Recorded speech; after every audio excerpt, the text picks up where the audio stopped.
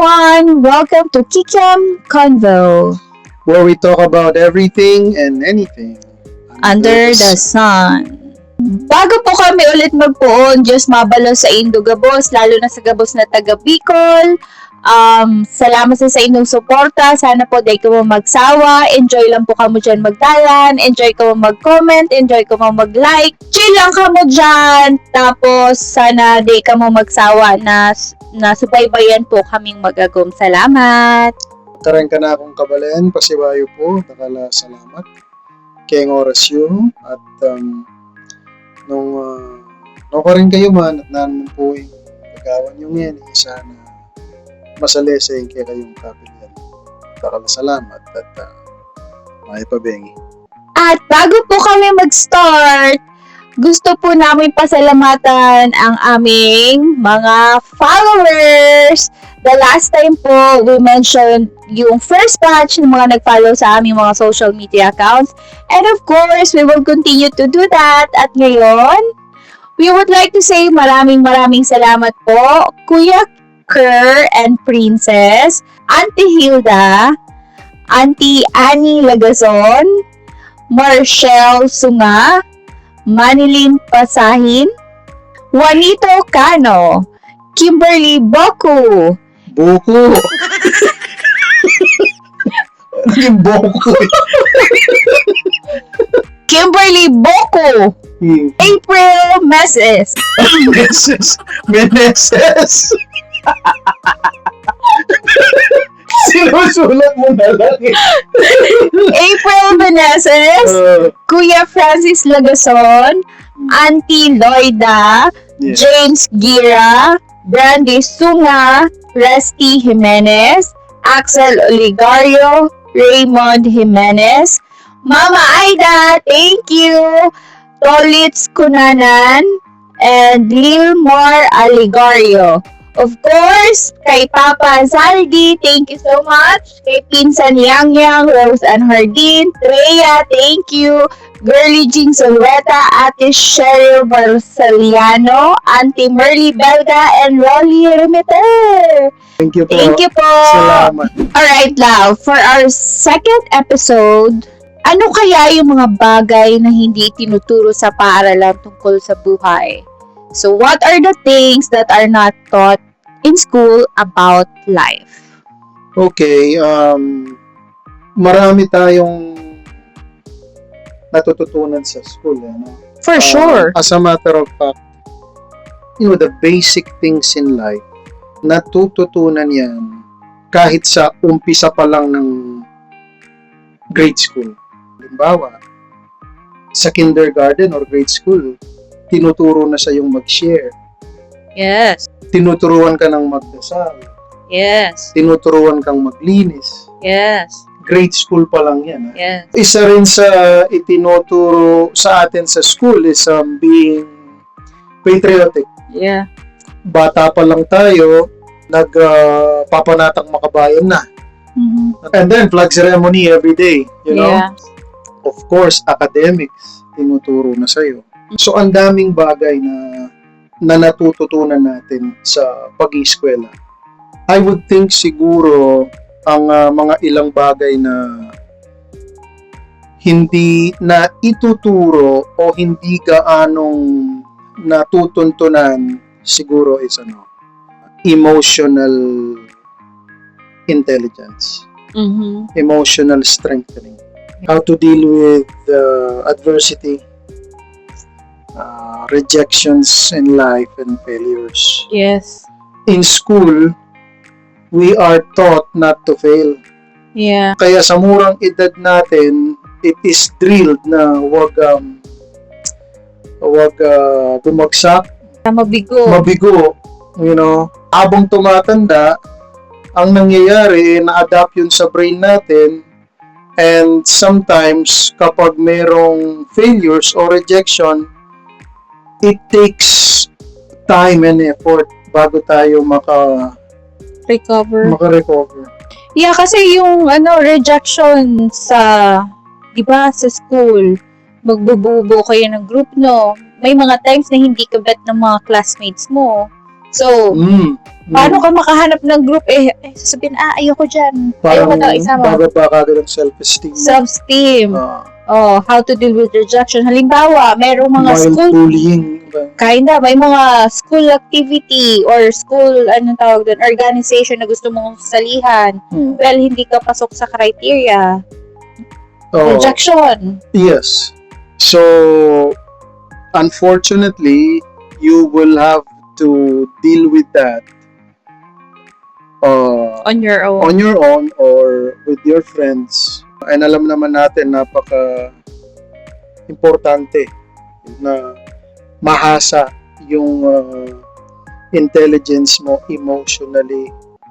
Kasi ang daming mga pagsubok na ganyan na maaaring tahakin mo sa buhay. Mhm. Sana naituro sa school na kapag naloko ka ng once, huwag ka na magpatawad. Paano ituturo ni ma'am yan? Pati siya nasaktan nung panahon niya. Hindi, pero Sinisisi rin niya yung school niya. isa-second the motion ko lang yung sinabi mo na yes, those are the things na natututunan natin. I think sa bahay muna, yung mga basic, paggalang, paglinis, pagsunod, good manners and right conduct, Ang ganda niya lang. GMRC, Yes. pagiging responsible sa bahay. Correct. Tapos parang ano na lang siya, na nababack upan sa school. Noon, akala ko kapag katapos mo ng high school, so parang career, na ang tatahakin mo. Ano ba gusto mong maging? Gusto mo maging doktor, teacher, nurse, Oh. singer, dancer? Feeling ko noon, ang aim mo lang will be, financially stable. Based on my experience, hindi ko pinaghandaan yung sinasabi mong dapat maging emotionally stable ako. After pagka-graduate mo ng college, maghahanap ka na ng work. Doon pa lang kasi magsa-start yung struggle talaga. Oh. Kasi mahirap maghanap din ng trabaho. Oh. Iilan lang siguro yung after college na parang apply ka din, Shock tanggap na ka agad. May times na apply ka, failed, hindi ka matanggap ng isang beses, dalawang beses, tatlong beses. Minsan nga, umaabot ka ng ilang try talaga bago ka makahanap ng right. Oo. Parang hindi gaanong naipe-prepare yung... Kinda, kung at least na-prepare siya na alam mo yung after your school, iba na ang labanan ng buhay, hindi siya madali. Kasi akala ko nung chill-chill lang eh. Oo. O baka ako lang yun sa school namin.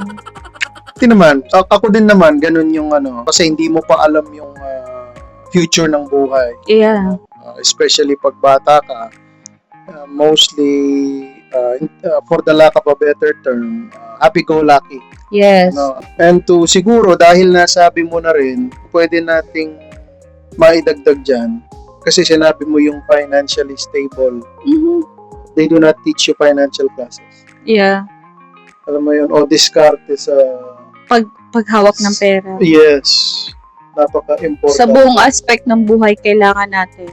Yeah, at least basic parang how to manage my money ba? Yeah. How to invest my money? Paano ko siya palaguin? How to save money? Pinaka-basic lang. Initial, sa pagbabank.